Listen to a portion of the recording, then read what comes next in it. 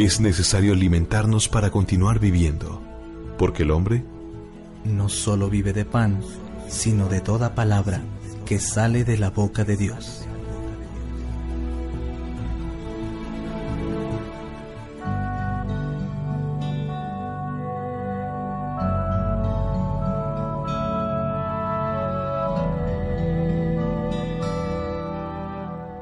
Lectura del Santo Evangelio según San Juan, capítulo 1, versículos del 35 al 42.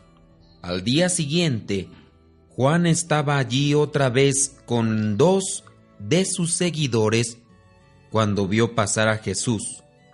Juan dijo: «Miren, ese es el Cordero de Dios».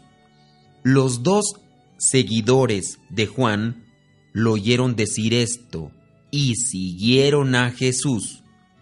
Jesús se volvió y al ver que lo seguían les preguntó: ¿qué están buscando? Ellos dijeron: «Maestro, ¿dónde vives?» Jesús les contestó: «Vengan a verlo». Fueron pues y vieron dónde vivía y pasaron con él el resto del día, porque ya eran como las 4 de la tarde. Uno de los 2 que oyeron a Juan y siguieron a Jesús era Andrés, hermano de Simón Pedro. Al primero que Andrés se encontró fue a su hermano Simón y le dijo: «Hemos encontrado al Mesías», que significa Cristo. Luego, Andrés llevó a Simón a donde estaba Jesús. Cuando Jesús lo vio, le dijo: «Tú eres Simón, hijo de Juan, pero tu nombre será Cefas», que significa Pedro. Palabra de Dios, te alabamos, Señor. Encontramos aquí nuevamente a Juan Bautista, que no está buscando a sus seguidores para que se queden con él, sino que está buscando más seguidores, pero para que sigan a Dios. Ese es, digamos que, el primer objetivo de todo predicador: buscar que las personas vayan al encuentro de Dios. Por ahí un pensamiento del padre Luis Butera dice: cuando verdaderamente predicamos, cuando predicamos con humildad, hacemos que los que escuchan vayan corriendo al encuentro de Jesucristo en los sacramentos. Así que yo constantemente me estoy cuestionando, porque no sé si realmente, aunque sí, bueno, uno se da cuenta, ¿verdad? Uno se da cuenta cuando está en la misa, por ejemplo, en plena homilía, y te das cuenta que las personas comienzan a ponerse de pie para irse al confesionario. Quiere decir que hay algunas de las cosas que están llegando en ese momento y que les hacen cuestionar, y que por eso se ponen de pie para irse a confesar. Pero hay que buscar siempre que nuestra predicación lleve a las personas al encuentro de Jesús, ya sea en la Eucaristía, ya sea también en la confesión. Hay que buscar. Y así le hizo Juan. Juan buscó estos seguidores no para él, sino para Jesucristo. Y cuando tiene la oportunidad, les dice: ese es el Cordero de Dios que quita el pecado del mundo. Él es el Mesías, Él es el Salvador, Él es el que nos va a dar la liberación. Después estos 2 comienzan a seguir a Jesucristo y le preguntan dónde vive. Comienzan a seguir a Jesucristo y se dan cuenta dónde vive. Y entonces se quedan con Él. Ellos también quedan sin duda impactados por el testimonio. No solamente era lo que decían de él, sino que simplemente lo hacía. A eso se le llama congruencia, cuando van conectadas nuestras palabras o lo que decimos con nuestros actos. El cristiano pues debe ser más congruente, que lo que digamos realmente lo practiquemos. Y ahí es donde vendría la primera pregunta: ¿yo soy congruente o soy incongruente? Digo una cosa pero hago otra. Ojalá y siempre fuera la cuestión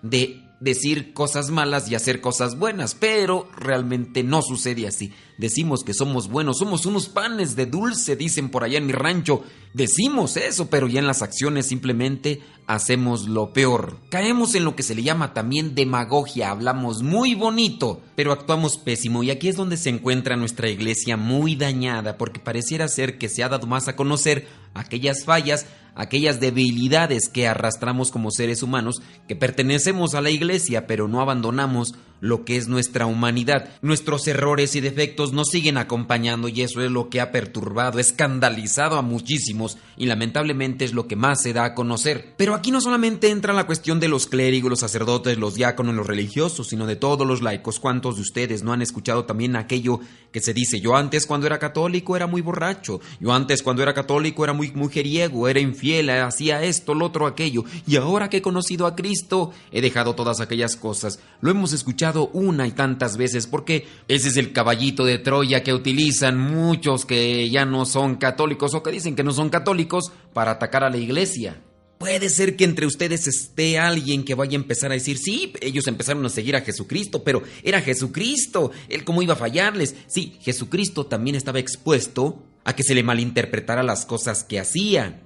Y eso es lo que muchas de las veces sucede en la iglesia: se malinterpretan las cosas, se generaliza. Si en algún sacerdote se encontró que había pederastía, se dice que todos los sacerdotes son pederastas. Si algún sacerdote pues cometió algún error, se generaliza y se dice que todos los sacerdotes entonces están cometiendo ese error. Ahí están distorsionando las cosas y así, también en el caso de Jesucristo se pudieron haber distorsionado muchas de las cosas, pero había una mente pura, recta, justa en parte de estos discípulos, de estos apóstoles después. No así sucedió con uno de ellos. Ustedes recordarán muy bien de quién es, a quién nos referimos. Aquel que incluso fue capaz de vender a Jesucristo por unas monedas, distorsionó el mensaje, no lo comprendió, no lo entendió bien. Y después por unas monedas es capaz de vender a Jesucristo. Pues muchas de las veces también los católicos o los no católicos pueden agarrar las palabras o las acciones de algunos sacerdotes y distorsionarlas de manera que confunden también a los que escuchan o a los que ven dicho mensaje. Nos hace falta, como mencioné, pues congruencia, tener congruencia en nuestros actos. El testimonio va a ser importantísimo. Jesucristo les dice a ellos, a estos dos: síganme y verán. Se quedan con él, después ellos también se convencen y ya no solamente se conforman con seguir a Jesucristo, sino que ahora se dedican a invitar a otros. Aquí encontramos a Andrés, que es hermano de Simón, y va a su encuentro y le dice: hemos encontrado al Mesías, que significa Cristo.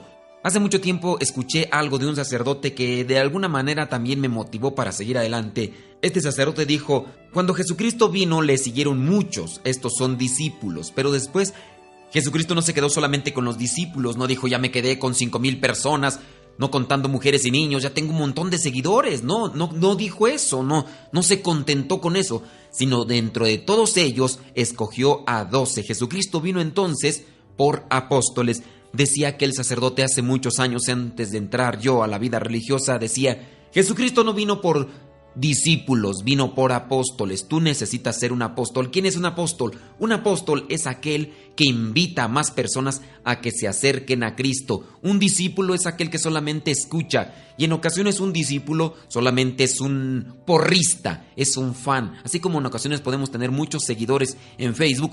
En el caso, por ejemplo, cuando yo comparto el evangelio en Facebook, ¿cuántos de ustedes le dan compartir a ese mensaje para que más personas lo escuchen? Vamos a ser sinceros, en ocasiones no recibo ni una sola vez para compartir. Yo espero que al finalizar este día tenga ya muchas veces compartido este mensaje. Son miles de seguidores que están en nuestra página. Si todos estos le dieran compartir el mensaje, esta reflexión estaría llegando a muchísimas más personas. Pero lamentablemente, digo lamentable porque es el mensaje de Jesucristo que estoy compartiendo y solamente le llega a unos cuantos. Lamentablemente muchos de ustedes se comportan solamente como seguidores. Hace algún tiempo veía la frustración de cierto sacerdote porque dice: yo publico un chiste y lo comparten cientos de personas, miles de personas comparten ese chiste, y comparto algo bueno, una reflexión, un mensaje, un video, algo que pueda dejar un mensaje, una reflexión en los demás, y casi no lo comparten. Pues de aquella misma frustración también yo creo que me alcanzó algo, porque sí, bueno, yo sigo haciendo las cosas no importando cuántos de ustedes le den compartir. Ahora ya tenemos también por grupo de WhatsApp estos mensajes, muchos no nos hacen caso ni por lo que decimos ni por lo que escribimos. Algunos de ustedes que nos están escuchando en WhatsApp saben en el grupo que les pongo una especificación. Hay algunas indicaciones que todo el tiempo se las estoy pidiendo, pero no falta por ahí la persona descuidada, dejada, o que no lee, o que simplemente no le interesa, desobedece las cosas que le pido, me ignora el mensaje. ¿Quién sabe si le escuchará el mensaje? Pero con eso que hacen, me da a mí entender que si no leen lo que escribo, que es poquito, indicación para que no lo hagan o ciertas cosas para que hagan, pues si no leen eso, mucho menos van a escuchar el mensaje atentamente que dejamos en el Evangelio.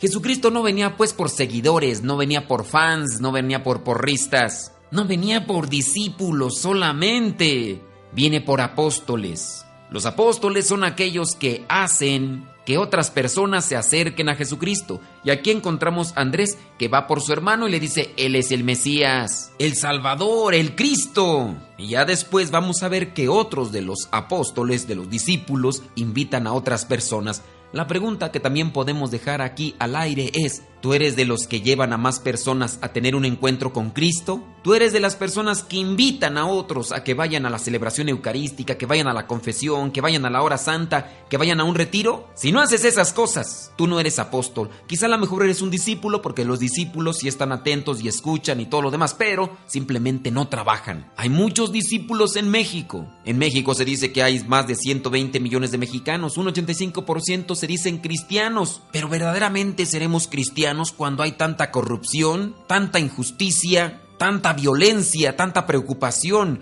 y ahora con esta situación que se está dando, mucha incertidumbre. Con este tipo de comportamiento que se está dando en México, ¿verdaderamente podemos decir que somos apóstoles? A lo mejor somos discípulos, seguidores de Cristo, y nada más escuchamos y hacemos, o tratamos de tomar lo que nos conviene. Por ahí incluso a mí ni me escucharán a otros sacerdotes que endulzan los oídos, que les dicen que les va a ir bien, que les va a llover muchas bendiciones, que Dios les va a dar en abundancia, que Dios les va a curar todas las enfermedades, que no se preocupen porque Dios va a hacer muchos milagros. Sí, Dios va a hacer milagros, pero en las personas que cumplan con su voluntad. No solamente hay que andar buscando personas que nos endulcen los oídos, también hay que buscar a las personas que nos abran los oídos, que nos den a conocer la verdad. Hay que creer en Dios, pero creerle a Dios, cumplir con su voluntad, hacer las cosas que nos pide. Dejo pues esta pregunta al aire: ¿nosotros somos discípulos o somos apóstoles? ¿Nosotros estamos llevando a otras personas a que tengan un encuentro con Dios para que cumplan con su voluntad? ¿O estaremos solamente llevando a cabo una superstición y no una religión? La religión me lleva a tener un encuentro con Dios, y si yo tengo un encuentro con Dios, entonces me convierto y busco cumplir con su voluntad. Alejemos de nosotros todo aquel tipo de pensamiento mágico religioso. No solamente por creer que va a suceder, las cosas tienen que suceder. Dios nos ha creado y nosotros vamos a actuar conforme a lo que nos pide Dios, y Dios va a actuar entonces en nosotros. Dios se va a manifestar en los demás por medio de nosotros. Ay, yo espero que Dios haga un milagro, que Dios venga a actuar en este mundo, en este planeta, en este país, en esta familia. Pues sí, Dios quiere actuar, pero tú no le dejas actuar porque te portas como un simple fan, un simple discípulo, no haces lo que Dios te pide y no haces que otras personas se acerquen más a Dios. La enseñanza es concreta: hay que ser apóstoles, hay que ser seguidores de Cristo, pero hacer lo que nos pide Cristo. Dejemos pues ya de ser solamente porristas, ser fans, gritar muchos o dar muchos aplausos, bailar mucho delante de Dios. Pongámonos pues a trabajar y hacer lo que Dios nos pide. Y si conocen por ahí algún predicador, sacerdote o laico que solamente se dedica a endulzar los oídos de las personas diciéndoles que Dios les va a dar todo solamente con creer, mándenle esta homilía y díganle que sí, Dios da, pero al que cumple con su voluntad. Dios bendice a aquel que se esfuerza por cumplir la voluntad. Dios bendice a aquel que trabaja, aquel que se esfuerza, aquel que se sacrifica. Dios no va a bendecir a las personas que solamente están esperando las cosas con el simple o con el único hecho solamente de pedirlo o simplemente creerlo. Si yo creo en Dios, entonces tengo que trabajar, tengo que sacrificarme, tengo que esforzarme. Pero bueno, con esto igual me irán dejando algunas personas que solamente están buscando que les diga que con creerlo Dios se los va a conceder, que con creerlo ya Dios les va a dar todo lo que les piden. Aquellos que piensan que con la pura oración su matrimonio se va a componer y no van a retiros, no van a la confesión, no se esfuerzan, no se sacrifican y quieren que la familia prospere, que la familia se corrija, que los hijos obedezcan, que el esposo o la esposa dejen de ser infieles. ¿Cómo se van a corregir? Si no hay trabajo de nuestra parte, se lo dejamos todo a Dios, pensamos que con la pura oración ya todo se va a remediar. Es momento de trabajar, es momento de comprometerse, es momento de moverse para que las cosas cambien en mi familia, que las cosas cambien en mí. Y si queremos que la sociedad cambie, Debemos ser personas de cambio. Si no, todo esto va a quedar en un sueño guajiro, en una ilusión, en una utopía. Nos escuchamos en la próxima. Se despide el Padre Modesto Lule de los misioneros, servidores de la palabra. Les digo mi nombre para los que después me quieran juzgar, linchar, quemar o criticar por las cosas que digo sobre aquellos que solamente se dedican a decir que lo crean y que si lo creen Dios se los va a conceder. Hasta la próxima. Y por cierto, no estoy enojado. Así hablo de vez en cuando.